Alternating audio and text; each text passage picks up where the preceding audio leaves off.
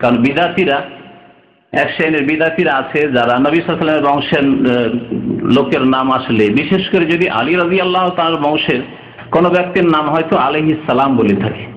আলাইহিস সালাম যেহেতু আম্বিয়া কেরামের সাথে উলামায়ে কেরামরা খাস করেছেন, এটি হচ্ছে আহলে সুন্নাত ওয়াল জামাতের লক্ষণ যে যারা আম্বিয়াগণের নাম আসলে বলবে আলাইহিস সালাতু ওয়াস সালাম বা আলাইহিস সালাম সংক্ষেপে বলবে, আর সাহাবায়ে কেরামের নাম আসলে তারা বলবে রাদিয়াল্লাহু তাআলা আনহু, নবী করিম সাল্লাল্লাহু আলাইহি ওয়াসাল্লামের ছেলে, সুতরাং ইব্রাহিম রাদিয়াল্লাহু তাআলা আনহু। মারিয়া রাদিয়াল্লাহু তাআলা আনহার পেট থেকে তিনি জন্ম নিয়েছিলেন। তো তিনি অসুস্থ ছিলেন আর একেবারে শেষ অবস্থা, তারপরে তার ইন্তেকাল হয়ে গেল। নবী করিম সাল্লাল্লাহু আলাইহি ওয়াসাল্লাম এই আব্দুর রহমানকে সাথে নিয়ে দেখতে গেলেন শেষ সময়। ফাওয়াজাদাহু ইয়াজুদু বিনাফসিহি, গিয়ে দেখলেন যে একেবারে শেষ অবস্থায়, এখন তার আত্মা বিদায় নিচ্ছে, নিঃশ্বাস ত্যাগ করেছে, শেষ নিঃশ্বাস। ফাআখাযাহু নবী সাল্লাল্লাহু আলাইহি ওয়াসাল্লাম ফাওয়াদাহু ফি হিজরিহি, নবী সাল্লাল্লাহু আলাইহি ওয়াসাল্লাম তাকে কোলে নিয়ে বসলেন। ফাবাকা, এবং কেঁদে ফেললেন সাল্লাল্লাহু আলাইহি ওয়াসাল্লাম, নবী করিম সাল্লাল্লাহু আলাইহি ওয়াসাল্লাম কেঁদে ফেললেন। তাহলে বোঝা গেল যে কারো জন্য কান্না করা, বিশেষ করে মৃত ব্যক্তির উপর কান্না করা জায়েজ আছে, কিন্তু চিৎকার করা জায়েজ নয়। চোখের কান্না বিনা আওয়াজে, এটি হচ্ছে শরীয়ত সম্মত, নবী করিম সাল্লাল্লাহু আলাইহি ওয়াসাল্লামের কান্না এসেছে, কারণ এটি হচ্ছে প্রাকৃতিক বিষয়। নবী সাল্লাল্লাহু আলাইহি ওয়াসাল্লামকে যখন সাহাবারা জিজ্ঞেস, ইয়া রাসূলুল্লাহ আপনিও কাঁদেন, এই ঘটনাতে জিজ্ঞেস করেছেন, সহিহ বুখারীতে রয়েছে। তখন নবী সাল্লাল্লাহু আলাইহি ওয়াসাল্লাম বলেছিলেন যে ইন্নাহা রাহমাহ, এটি হচ্ছে দয়া যা মানুষের অন্তরে আল্লাহ পাক সৃষ্টি করেছেন, এটাকে বাধা দেওয়া যায় না। আপন জনের ইন্তেকাল হয়েছে, আপন জনের দুর্ঘটনা হয়েছে বা কিছু হয়েছে, তাতে কান্না আসা এটি স্বাভাবিক। ইন্নাহা রাহমাহ, আল্লাহ পাক মুমিন বান্দাদের বা মানুষের অন্তরে যা দিয়েছেন। ফাকাল লাহু আব্দুর রহমান আতাবকি, আব্দুর রহমান আওয়াজ জিজ্ঞাসা করলেন যে আপনিও কাঁদেন ইয়া রাসূলুল্লাহ? আওয়ালাম তাকুন নাহাইতা আনিল বুকাই, আপনি কি কান্না থেকে নিষেধ করতেন না?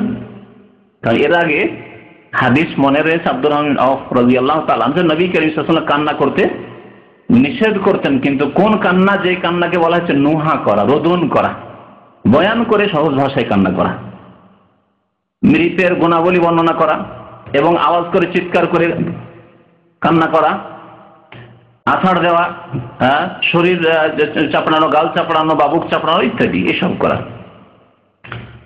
আপনি কি কান্না করতে নিষেধ করতেন না?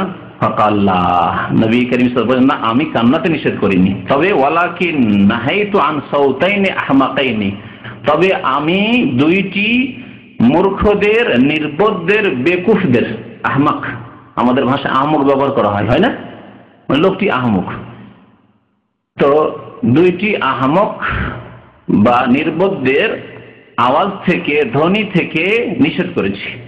ফাজেরাইনে, যে দুইটি ধ্বনি বা আওয়াজ বা কণ্ঠ হচ্ছে ফাজেরদের, পাপিষ্ঠদের। একটি আওয়াজ, তার মধ্যে একটি ধ্বনি বা একটি কণ্ঠ হচ্ছে সাউতুন ইনদা মুসিবাতিন, কোন বিপদ আপদের সময়, মুসিবতের সময় আওয়াজ করে কান্না করা। তাহলে স্পষ্ট হয়ে গেল যে আওয়াজ করে কান্না করা এটি হচ্ছে ফাসিকদের কাজ, ফাজেরদের কাজ এবং নির্বোধদের কাজ। খামসে ওজুহিন, এবং গাল নুচা, মুখমণ্ডল নুচা। ওয়াশাক্কু জুয়ুবিন, এবং কাপড় চোপড়কে ফাড়া, বুক চাপড়ানো ইত্যাদি। আর দ্বিতীয় আওয়াজ, দ্বিতীয় ধ্বনি হচ্ছে ওয়ারান্নাতে শায়তানিন, শয়তানের ধ্বনি আরেকটি, অর্থাৎ গান বাজনা। নবী সাল্লাল্লাহু আলাইহি ওয়াসাল্লাম মাজামিরুশ শয়তান বলেছেন, ওয়ারান্নাতুশ শয়তান, শয়তানের বাদ্যযন্ত্র বলেছেন গান এবং বাজনাকে, গান এবং মিউজিককে। তিরমিজির হাদিস। তো এই হাদিস দ্বারা স্পষ্ট হয় যে গান বাজনা শরীয়তে হারাম। আনাস বিন মালিক রাদিয়াল্লাহু তাআলা আনহুর আরেকটি হাদিস রয়েছে, 6 নম্বর দলিল, তিনি বর্ণনা করেছেন। হাদিসটি মুসনাদে বাজ্জারে রয়েছে এবং হাদিসটিকে আল্লামা আলবানী রাহমাতুল্লাহ আলাইহি সহিহ বলে আখ্যায়িত করেছেন। বলছেন কালা রাসূলুল্লাহ সাল্লাল্লাহু আলাইহি ওয়াসাল্লাম, রাসূলুল্লাহ বলেছেন সাউতানে মালউনানে ফিদ দুনিয়া ওয়াল আখিরাহ, দুইটি কণ্ঠ আছে বা আওয়াজ আছে যা দুনিয়া এবং আখিরাতে, ইহকাল পরকালে অভিশপ্ত। এই দুইটি আওয়াজকে কি বলেছেন? মালাউন বলেছেন, অভিশপ্ত বলেছেন। মিজমারুন ইনদা নি'মা, খুশির সময়, উৎসবের সময় খুশির দিনে, যে কোনো সময় যখন খুশি হয় মানুষের, বিজয়ের খুশি, বিজয় মিছিল যারা করে পার্টির লোকেরা, রাজনৈতিক দলের সাথে জড়িত যারা, এইরকম অন্যান্য খুশি, বিবাহ শাদীর খুশিতে অনেকেই গান বাজনা করে। মিজমারুন ইনদা নেমা, গান বাজনা করা খুশির সময়, সুখের সময়, নেয়ামতের সময় অর্থাৎ সুখের সময়। ওয়া রান্নাতুন ইনদা মুসিবা, এবং মুসিবতের সময় কান্নাকাটি করা, চিৎকার করে। এই দুইটি আওয়াজ হচ্ছে কি বললাম, মালাউন, অভিশপ্ত, অর্থাৎ ওই ব্যক্তির ওপর, এই আমলের ওপর আল্লাহ পাকের লানত রয়েছে দুনিয়ায় এবং আখিরাতে। আরেকটি হাদিস রাসূলুল্লাহ সাল্লাল্লাহু আলাইহি ওয়াসাল্লাম বর্ণনা করেছেন, ইবনে আবি শাইবা, মুসান্নাফ ইবনে আবি শাইবা একটি কিতাবের নাম হাদিসের। এগুলি কুতুবুস সিত্তা, যেগুলোকে আমাদের দেশের মানুষ সিহাহ সিত্তা বলে, সেগুলি ছাড়াও বহু হাদিসের কিতাব রয়েছে। যেই কিতাবগুলির একটি কিতাব হচ্ছে মুসান্নাফ ইবনে আবি শাইবা, একজন মুহাদ্দিস ছিলেন ইবনে আবি শাইবা, তার লিখিত কিতাব। বলছে ইন্না ফি উম্মতি খাসফান ওয়া মাসখান ওয়া কাযফান, আমার উম্মতে কিছু লোককে মাটিতে ধসিয়ে দেওয়া হবে, ভূমিকম্প হয়ে আমার উম্মতের কিছু লোক ধ্বংস হয়ে যায়, মাটিতে পুঁতে ধ্বংস হবে। ওয়া মাসখান, এবং তাদের রূপ বিকৃত করে দেওয়া হবে, রূপ বিকৃত করে দেওয়া হবে, যেমন ইহুদিদের মধ্যে, বনি ইসরাঈলদের মধ্যে হয়েছিল। আল্লাহ পাক বলেছেন কোন কিরাদাতান খাসিন, বানর হওয়ার ঘটনা আল্লাহ বর্ণনা করেছেন।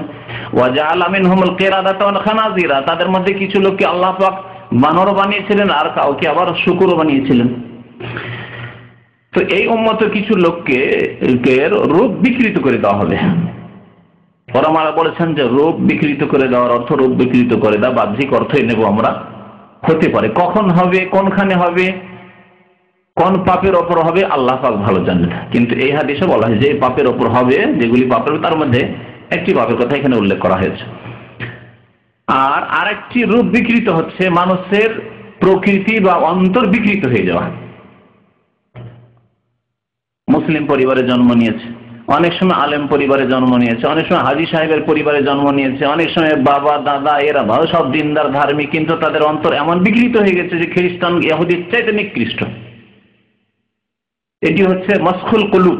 তাহলে মাস মানে শুধু এই নয় যে রূপ চেহারা বিকৃত হয়ে যাওয়া, অন্তর বিকৃত হয়ে যাওয়া,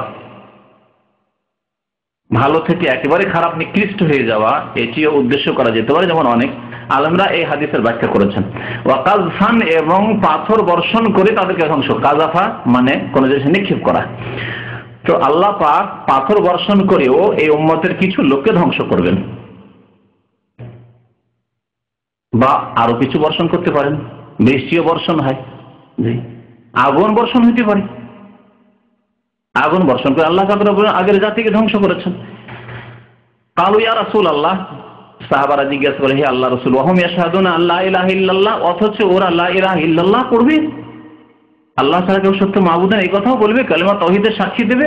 ফাকালা নাম নবী সাল্লাল্লাহু আলাইহি ওয়াসাল্লাম, হ্যাঁ, তারপরেও তাদেরকে আল্লাহ পাক রব্বুল আলামিন এইভাবে আযাব দেন, কাউকে ধ্বংস করবেন, ভূমিকম্প দিয়ে কাউকে ধ্বংস করবেন, পাথর বর্ষণ করে কাউকে ধ্বংস করবেন, তাদের রূপ চেহারা বিকৃত করে বা অন্তরকে বিকৃত করে। ইযা যাহারাতিল মাআযিফ ওয়াল খুমুর ওয়া লুবসুল হারির, এই তিনটি পাপের কোন একটি পাপ যখন যে কোনো সমাজে ব্যাপক আকার ধারণ করবে, যাহারা প্রকাশ্যে হবে। দেখেন পাপ দুই রকম হয়, এক হচ্ছে অপ্রকাশ্য, গোপনে ঘরের মধ্যে হচ্ছে। অনেক পয়সাওয়ালার লোক রয়েছে, তাদের ঘরের ভিতরে কি পাপ হচ্ছে না হচ্ছে আল্লাহ পাক জানেন এবং তারা জানে। বাইরে তাদেরকে দেখি মুসলমান মসজিদে আসে, নামাজ পড়ে, ইসলামের খেদমত করে, আমরা বাহ্যিকটা দেখবো, তাদের ভিতরের খবর আমরা বলতে পারবো না, তার হিসাব আল্লাহ পাক নেবেন। যেমন মানুষের অন্তরের ভিতরের কথা বলতে পারবো না, বাহ্যিক দেখছি লোক মুসলিম, নামাজ পড়ে, কোনোদিন বাহ্যিক কোনো ফাঁসিকে বড় পাপ দেখে না, বা ইসলাম থেকে বহিষ্কৃত হয়ে যাবে এরকম কোনো গুনাহ দেখে না, সে আমাদের মুসলিম ভাই। অন্তরে মুনাফিকি আছে না কি আছে, তার অন্তর ভালো না মন্দ, তা আল্লাহ পাকের জন্য ছেড়ে দেন। ঘরের মধ্যে কি হচ্ছে না হচ্ছে এইরকম কল্পনা জল্পনা করে অনেক ফাসিক লোকেরা, পাপী লোকেরা অন্যদের সম্পর্কে মন্তব্য করে যে এদের বাড়িতে পাপের শেষ নেই। কি করে জানলেন? তাদের বাড়ির কাছেও যেতে পারেন না কোনোদিন, কি করে জানলেন তাদের বাড়িতে কি হয় আর না হয়? এটা হচ্ছে গোপনীয় পাপ। আর প্রকাশ্য পাপ হচ্ছে রাস্তাঘাটে হচ্ছে, গার্ডেনে, পার্কে হচ্ছে, বিচে হচ্ছে, মার্কেটে হচ্ছে, হ্যাঁ যেখানে সেখানে হচ্ছে, লাইসেন্স দেওয়া হচ্ছে, বেশ্যাখানার লাইসেন্স দেওয়া হচ্ছে, মদের লাইসেন্স দেওয়া হচ্ছে, জি প্রকাশ্য শিরক কুফরি হচ্ছে, কবর মাজারে সেজদা হচ্ছে, কবর মাজার নির্মাণ হচ্ছে, আর নির্মাণ হয়ে সেখানে ওরস লাগছে, এগুলো হলো প্রকাশ্য গুনাহ।